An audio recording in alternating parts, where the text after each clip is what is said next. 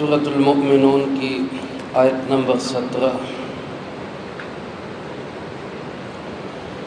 الحمدللہ وکفی وسلام علی عبادہ الذین اصطفی خصوصا علی سید الرسل وخاتم الانبیاء وعلى آلہ واصحابہ الاتقیاء۔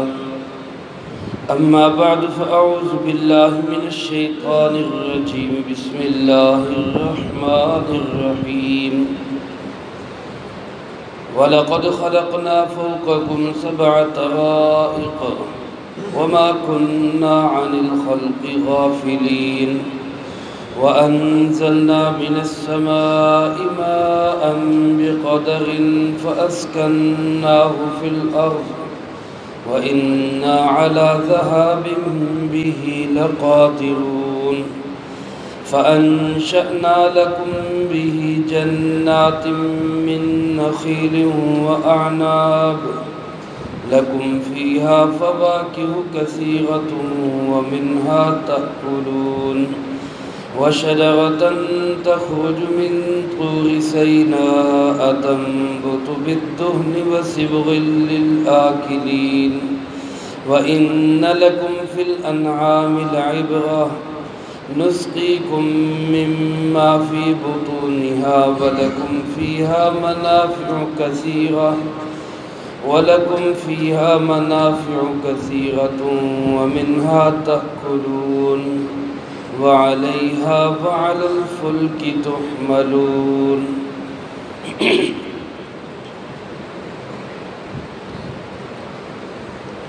وَلَقَدْ خَلَقْنَا فَوْقَكُمْ سَبْعَ طَرَائِقَ،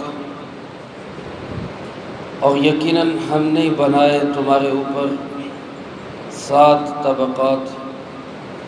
وَمَا كُنَّا عَنِ الْخَلْقِ غَافِلِينَ، اور ہم اپنی مخلوق سے غافل نہیں ہیں۔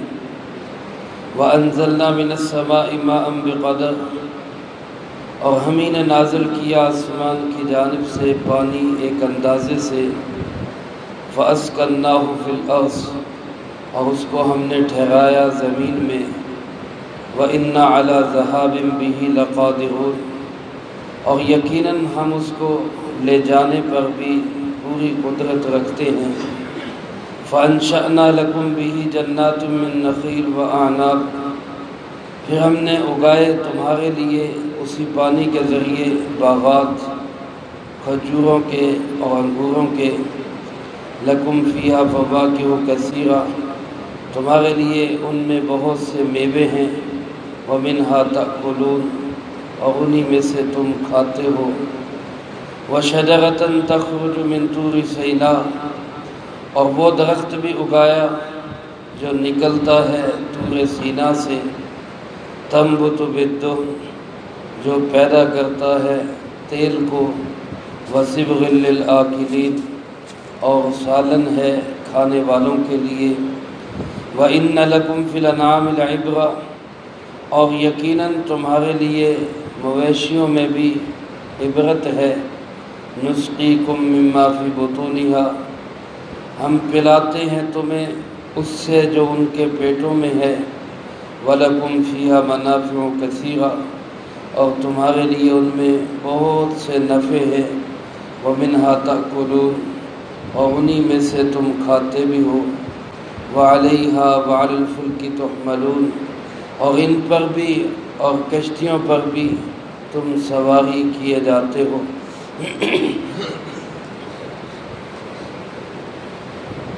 اس سے پہلی آیات مبارکہ میں اللہ رب العالمین نے انسان کی خود اپنے نفس سے اپنی قدرت کے دلائل بیان فرمائے۔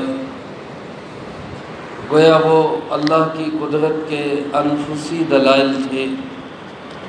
ان آیات مبارکہ میں اللہ پاک نے اپنی قدرت کے آفاقی دلائل بیان فرمائے۔ آسمان، زمین، درخت، شجر، حجر، جانور اور کشتیاں، یہ سب کچھ اللہ کی قدرت کے وہ شاہکار ہیں جن کو انسان زندگی بھر استعمال کرتا ہے۔ انہی پہ غور کرے تو اس کو یہ بات سمجھ میں آتی ہے کہ اللہ ہے اور اللہ ایک ہے۔ اللہ کا ہونا بھی سمجھ میں آتا ہے اور اللہ کا ایک ہونا بھی سمجھ میں آتا ہے۔ میرے محترم دوستو، جس طرح اس بات پہ ایمان لانا ضروری ہے کہ اللہ ہے، اسی طرح اس بات پہ بھی ایمان لانا ضروری ہے کہ اللہ ایک ہے، اس کا کوئی ساتھی اور شریک نہیں۔ چنانچہ اللہ پاک ارشاد فرماتے ہیں وَلَقَدْ خَلَقْنَا فَوْقَكُمْ سَبْعَ طَرَائِقَ، یقیناً ہم نے تمہارے اوپر 7 طبقات بنائے۔ طرائق طریقہ کی جمع ہے اور درجے کو بھی کہا جاتا ہے، راستے کو بھی کہا جاتا ہے۔ مراد اس سے 7 آسمان ہیں جو تہ بتہ آسمان اللہ پاک نے فضا میں کھڑے کیے ہوئے، جن کے نیچے بظاہر کوئی سہارا نہیں، اوپر سے کسی چیز سے ان کو جکڑا ہوا نہیں، ان کو تھامنے والا کون ہے؟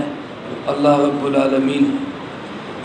اور اسی طرح یہ 7 راستے بھی ہو سکتے ہیں، فرشتوں کی گزرگاہیں، تو بغیر عمد، بغیر ستون، بغیر کسی سہارے کے هو الذی یمسک السماء، ان آسمانوں کو تھام کے جس نے رکھا ہوا ہے اس ذات کو اللہ کہا جاتا ہے۔ فرمایا وما کننا عن الخلق غافلین، اتنے بڑے بڑے آسمان بنا کر، اتنی ہزاروں کی تعداد میں مخلوق بنا کر، پھر بھی ہم اپنی مخلوق سے غافل نہیں ہیں۔ ایسا نہیں کہ لاکھوں کروڑوں اربوں کی تعداد میں انسان ہیں، جنات ہیں، جانور ہیں، درندے ہیں، پرندے ہیں، اور اللہ پاک کسی کو رزق دینا بھول جائے، کسی کو کھانا کھلانا بھول جائے، کسی کو پانی پلانا بھول جائے، یہ ہو ہی نہیں سکتا۔ فرمایا ہم اپنی مخلوق میں سے کسی سے بھی غافل نہیں ہیں۔ فرمایا وَأَنزَلْنَا مِنَ السَّمَاءِ مَاءً بِقَدَرٍ، اور پھر ہم نے آسمان کی جانب سے پانی اتارا ایک اندازے کے مطابق، آسمان کی جانب سے، کیونکہ بارش فضائے آسمانی سے آتی ہے۔ ایک تو اس لحاظ سے کہ بارشوں کا حکم آسمان سے آتا ہے، اللہ رب العالمین فرشتوں کو حکم دیتے ہیں بارش برسانے کا، تو اس لحاظ سے یہ کہنا بالکل درست ہے کہ بارش آسمان سے آتی، جیسا کہ دوسری جگہ فرمایا وَفِي السَّمَاءِ رِزْقُكُمْ، تمہارا رزق آسمانوں میں ہے۔ حالانکہ انسان تو روزی روٹی زمین میں تلاش کرتا ہے، ملازمت، کاروبار، کاشتکاری، سب اسباب و ذرائع جو ہیں رزق کے وہ زمین میں ہیں، لیکن اللہ پاک کیا فرما رہے ہیں کہ تمہارا رزق زمین میں نہیں آسمان میں ہے۔ مقصد کیا کہ رزق کے احکامات کہاں سے آتے ہیں؟ وہ آسمان سے آتے ہیں۔ اسی اعتبار سے بارش بھی آسمان سے آتی ہے کہ اس کا حکم آسمانوں سے آتا ہے۔ یا دوسرے اس وجہ سے من السماء فرمایا کہ عربی زبان میں انسان کے سر کے اوپر جو چیز ہو اس کو سما ہی کہا جاتا ہے۔ چھت کو بھی سما کہتے ہیں، بادلوں کو بھی سما کہتے ہیں، آسمان کو بھی سما کہتے ہیں۔ تو یہاں سما کا معنی بادل بھی ہو سکتا ہے، بادلوں سے ہم نے پانی کو برسایا، اور پھر یہ جو بارش برستی ہے یہ ہمارے کہنے کے مطابق تو کہیں زیادہ کہیں کم، لیکن اللہ پاک فرماتے بے قدر، میرے نزدیک ہر بارش اندازے کے مطابق ہوتی ہے۔ میں جہاں جتنی بارش برسانا چاہتا ہوں اتنی ہی برستی ہے، اللہ کے اندازے سے ایک قطرہ نہ کم ہو سکتا ہے نہ زیادہ ہو سکتا ہے۔ فرمایا پھر اس پانی کو ہم آسمان سے برساتے ہیں، فَأَسْكَنَّاهُ فِي الْأَرْضِ، اور پھر اسی کو ہم زمین میں ٹھہراتے ہیں۔ زمین کے اندر یہی بارش کا پانی کہیں تالابوں کی شکل میں، کہیں جوڑوں کی شکل میں، کہیں ندی نالوں کی شکل میں، کہیں بحر منجمد برف کی شکل میں، اور پھر وہاں سے جو ہے پانی کے چشمے نکلتے ہوئے دریاؤں کو سیراب کرتے ہوئے سمندر تک جاتے ہیں۔ تو یہ سارا پانی کا نظام جو ہے یہ ٹھہرانے والا کون ہے؟ اللہ رب العالمین۔ اس سارے نظام پہ انسان غور کرے۔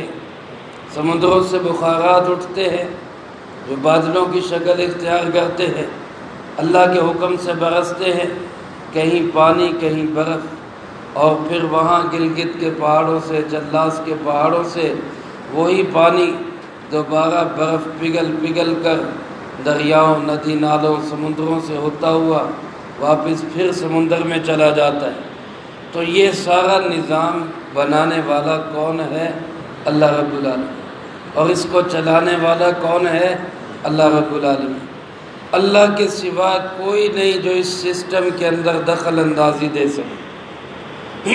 اسی سسٹم پہ غور کر لیں تو اللہ فرماتے ہیں کہ تمہیں سمجھ آئے گا کہ اس سسٹم کو بنانے والا بھی اللہ، اس کو چلانے والا بھی اللہ۔ فرمایا وَإِنَّا عَلَىٰ ذَهَابٍ بِهِ لَقَادِرُونَ، اگرچہ ہمیں اس میں بھی کوئی شک نہیں، ہمیں پوری قدرت حاصل ہے کہ پانی برسا کے ہم پھر پانی ختم کر دیں، پھر پانی کو لے جائیں۔ پانی برسا، زمین پہ آیا، اس کے بعد انسانوں کی ضرورتیں پوری نہیں ہو گئی۔ یہ بعض اوقات صبح ہم اٹھتے ہیں تو پمپ جو ہے وہ پانی چھوڑ چکا ہوتا ہے۔ پہلے زمانے میں جب ہینڈ پمپ تھے، نل کے، اکثر یہ ہوتا تھا صبح اٹھتے تھے نل کا پانی چھوڑ گیا ہوتا، اب پانی ڈالو اس کے اندر، دوبارہ اس کو گیڑو اور پھر پانی نکلتا۔ تو یہ پانی کو صبح گہرائی میں کون لے جاتا ہے؟ اللہ رب العالمین۔ کنووں کا پانی اتر جایا کرتا تھا، اللہ پاک نے اسی کو فرمایا اگر میں یہ پانی تمہارا ان اصبح ماؤکم غورا، اگر اس پانی کو میں گہرائی میں لے جاؤں تو بتاؤ کون ہے من یاتیکم بماء معین، جو تمہارے پاس صاف ستھرا پانی لے کر آئے، کون لا سکتا ہے؟ تو یہ ساری قدرت کس کی ہے؟ اللہ رب العالمین کی۔ فرمایا پھر اسی پانی سے انشأنا لکم بہ جنات، اس ایک ہی پانی سے ہم نے تمہارے لیے باغات اگائے۔ جنت گھنے باغ کو کہا جاتا ہے، گھنے باغ پیڑوں کی شکل میں، ایسے سایہ دار کہ ان میں دھوپ بھی داخل نہیں ہوتی، ایسے گھنے باغ، اور کہیں کھجوروں کے ہیں، کہیں انگوروں کے ہیں، کہیں کسی پھل کے ہیں، کہیں کسی پھل کے۔ ان دو کا خاص طور پہ تذکرہ اس لیے کیا کہ عرب کے معاشرے کے اندر زیادہ تر کھجور اور انگور کے باغات ہی تھے۔ مدینہ منورہ، خیبر، سب کھجوریں ہی کھجوریں، اور طائف کے علاقے میں سب انگور ہی انگور۔ یہ باغات عرب کے علاقوں میں بکثرت پائے جاتے ہیں۔ اللہ پاک فرماتے ہیں یہ تمہارے لیے فواکہ بھی ہے، لکم فیہا فواکہ کثیرہ، یہ پھل ہے۔ فواکہ، پھل اس چیز کو کہا جاتا ہے جو کھانے کے علاوہ بطور لذت کے استعمال کیا جائے، لذت کے طور پہ جس کو کھایا جائے۔ جیسے ہمارے ہاں کھانا شانا کھا کے اچھی طرح پیٹ بھر کے پھر پھل کھاتے ہیں، تو وہ پھل کھانے کے لیے نہیں ہوتا، بھوک مٹانے کے لیے نہیں ہوتا، وہ صرف لذت کے لیے ہوتا ہے۔ اس کو عربی میں فواکہ کہا جاتا ہے۔ اللہ پاک فرماتے ہیں اس میں تمہارے لیے تلذذ بھی ہے، لذت بھی ہے، وَكَثِيرٌ مِّنْهَا تَأْكُلُونَ، اور انہی میں سے بہت سے پھلوں کو تم بھوک کے طور پہ بھی کھاتے ہو۔ بعض اوقات انسان کو کھانے کے لیے کوئی اور چیز نہ ملے تو پھل ہی بھوک مٹانے کے لیے کافی ہوتی۔ کھجوریں کھا لے بھوک مٹ جاتی ہے، انسان پھل کھا لے، کوئی اور چیز کھا لے، اس سے بھوک مٹ جاتی ہے۔ اللہ پاک فرماتے کبھی تم اس کو بطور غذا کے استعمال کرتے ہو، کبھی تم اس کو بطور لذت استعمال کرتے ہو۔ یہ سب فوائد اللہ نے کس کے لیے بنائے؟ یہ تمہارے لیے بنے۔ ان کے علاوہ ایک اور درخت، فرمایا وَشَجَرَةً، ایک اور درخت ہے، تخرج من طور سینا، جو طور سینا سے نکلتا۔ سینا یا سینین اس علاقے کا نام ہے جہاں پہ کوہ طور ہے۔ والتین والزیتون وطور سینین، طور پہاڑ ہے اور سینین اس جگہ کا نام، ملک شام کے اندر یہ جگہ ہے۔ جہاں پہ کوہ طور ہے اور یہ سینین جگہ ہے، یہاں پر یہ درخت بکثرت پایا جاتا ہے۔ یہ درخت کون سا ہے؟ یہ زیتون کا درخت، جس کو قرآن کریم نے شجرہ مبارکہ فرمایا، رسول اللہ صلی اللہ علیہ وسلم نے بھی اس کو شجرہ مبارکہ فرمایا۔ فرمایا کلوا الزیت وادہنوا بہ فإنہا شجرۃ مبارکہ، زیتون کا تیل کھایا بھی کرو، اس کی مالش بھی کیا کرو، کیونکہ یہ ایک بابرکت درخت ہے۔ علماء نے لکھا ہے طوفان نوح جب آیا تو سب فنا ہو گیا، سب درخت ختم ہو گئے۔ طوفان نوح کے بعد سب سے پہلا درخت جو زمین پہ اگا وہ زیتون کا درخت ہے، اور یہ ایسا درخت ہے کہ جس کی عمر بھی بڑی طویل ہوتی ہے۔ بعض درخت ہزاروں سال تک سدا بہار رہتے اور پھل دیتے رہتے۔ اللہ پاک ارشاد فرماتے یہ بھی ہم نے تمہارے لیے اگایا، تنبت بالدہن، جو تیل بھی پیدا کرتا ہے، وصبغ للآکلین، اور کھانے والوں کے لیے بنا بنایا سالن بھی ہے۔